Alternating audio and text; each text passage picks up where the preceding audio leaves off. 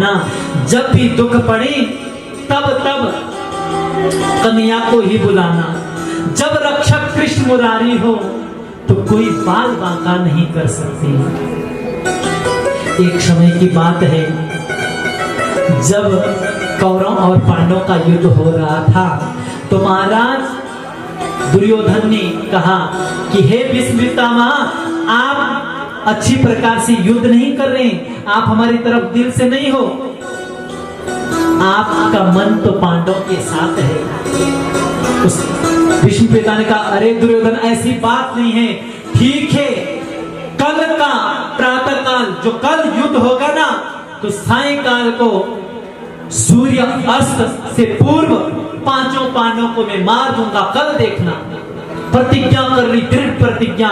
महाराज दृढ़ प्रतिज्ञा को सुनकर और भीष्म पितामह जो प्रतिज्ञा कर ले वह अवश्य पूरा करते। अब जब प्रतिज्ञा कर ली, इधर रात्रि को विश्राम हुआ। अब भगवान को नींद नहीं आई, क्योंकि उनको पता था भीष्म पितामह जो बोलेंगे, प्रतिज्ञा कर ली तो कर ली, इसीलिए तो इनका नाम भीष्म हुआ है। महाराज अब क्या करें? उधर देखा, जरा अर्जुन को देखता हूं, क्योंकि अर्जुन को कल मरना है इनके हाथों, जरा नींद आ रही कि नहीं। तो उधर देखा तो अर्जुन खराटे मारे थे, सो रहे थे। को उन्होंने कहा इनको दुख है ही नहीं, जगह की क्या बात, आपको डर नहीं लग रहा? अर्जुन ने कहा कि किस बात का डर, जिसके रक्षक आप हो, चिंता आपको होनी चाहिए, हमें नहीं। अब भगवान दौड़ते दौड़ते गए और द्रौपदी को जगाया। रात को मध्य रात्रि को 12-1 बजे जगाया कि उठो उठो, आपको चिंता नहीं है? कैसी सी प्रतिज्ञा सुनाई। तो उन्होंने कहा, तो कहते हैं अर्धरात्रि की बेला में बाबा की लगी समाधि थी, मन हरि चरणों में रमता था, कहीं कोई न आदि व्याधि थी। मध्य रात्रि भीष्म पितामह आज भगवान के ध्यान में बैठे थे, ना कोई इधर था ना उधर, वह जग रहे थे और भगवान को याद कर रहे थे। ना इधर कोई आदि थी ना व्याधि थी। बाबा ने देखा चरणों में झुकी कोई सदवा नारी है, सदवापन को ही दर्शाती तन में पड़ी रंगीली साड़ी।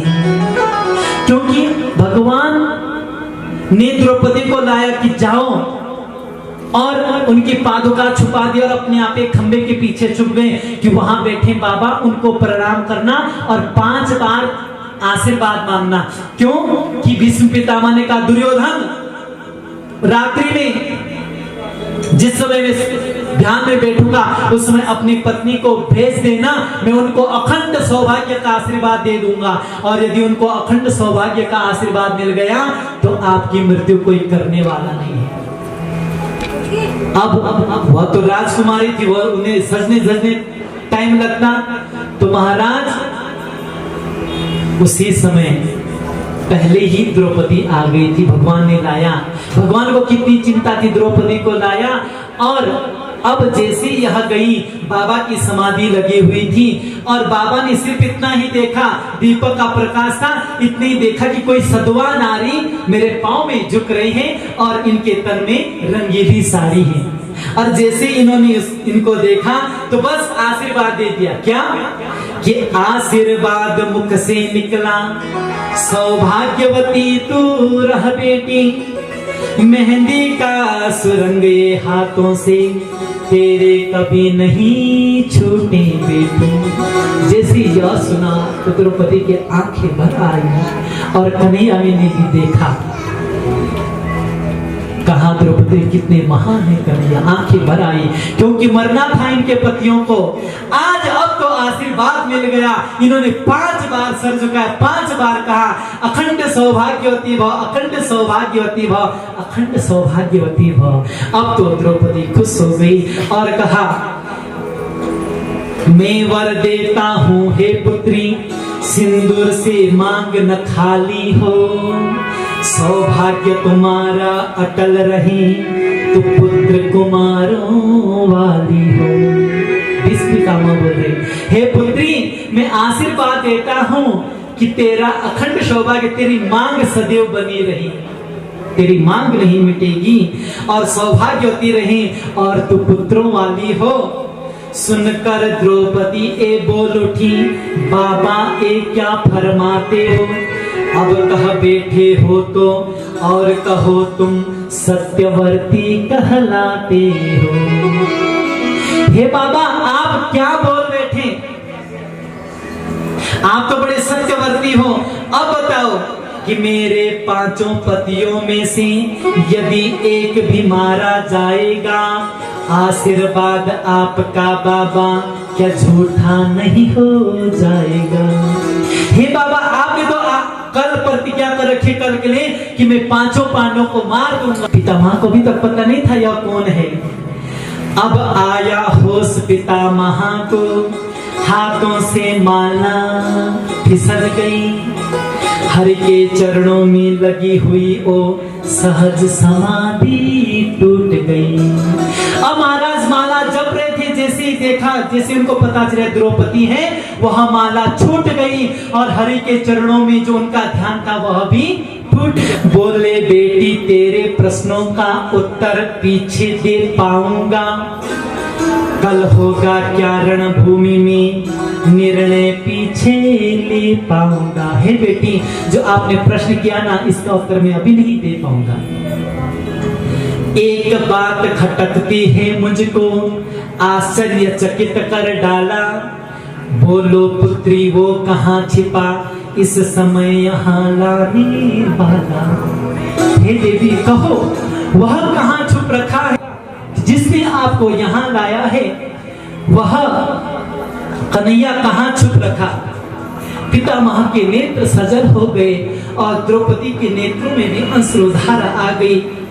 बूढ़ा होने को आया है पर अब तक गई नहीं चोरी, नित्य नई नीतियां रचता है तेरी चोरी, तेरी चोरी। वह कन्हैया बूढ़ा आने को आ गया, लेकिन उसकी आदत नहीं जाती है, कभी वह तेरी चोरी करता है, कभी किसी की चोरी करता है। कितना दीवाना है वह, कितना रक्षक है वह, कितनी चिंता है उसे, इसीलिए संसार में कोई किसी का नहीं। इसीलिए सदैव जब भी दुख में पड़े सिर्फ कन्हैया को पुकारो, और जब भी संकट में हो छोड़ दो, हे कन्हैया आप ही संभालो, तो वही संभाल लेगा आपको। आपकी लाज वह कभी लाज नहीं लुटने देगा, वह कभी सदैव आपकी लाज रखेगा। आगे बढ़कर जब देखा तो ठोंडी का रंग निराला था, पीतांबर का घूंघट ओढ़े वहां खड़ा बंसी वाला था। जैसे पितामह आगे बढ़े तो वहां पर खंबे पर देखा पीतांबरी, और देखा तो वहां वह बंसी वाला खड़ा हो रखा था। कहते हैं हे द्रौपदी का जूता था पीतांबरी के कोने में।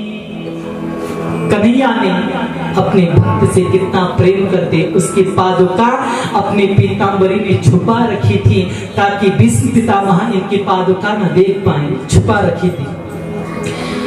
वहां लगे कन्हैया हंसने में और यहाँ लगे पितामह रोने में। वहां कन्हैया हंसने लग गया और इधर पितामह रोने लग गया। चरणों से जाकर लिपट गए, छलिया छलने आया है। चरणों में लिपट गए पितामह, अरे छलिया मेरे को छलने के लिए आया है। भक्तों के कारण देखो तो दासी का वेश बना कर आया है। अपने भक्तों के लिए एक दासी का वेश बनाकर आ गया है। ओ द्रौपद सुता मेरी पुत्री, तूने कुल पवित्र कर डाला है।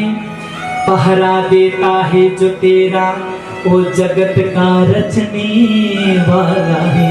हे द्रौपदी तू चिंता क्यों करती चाहती है। अरे जो तेरा पहरा दे रहा है ना, वह कोई साधारण नहीं, वह इस संसार को रचने वाला है। और जो इस संसार को रचने वाला है, यदि वह तेरा पहरा दे रहा है तो तेरे पतियों को कौन मार सकता है। जाओ बेटी निश्चित रहो, अब निश्चय विजय तुम्हारी है।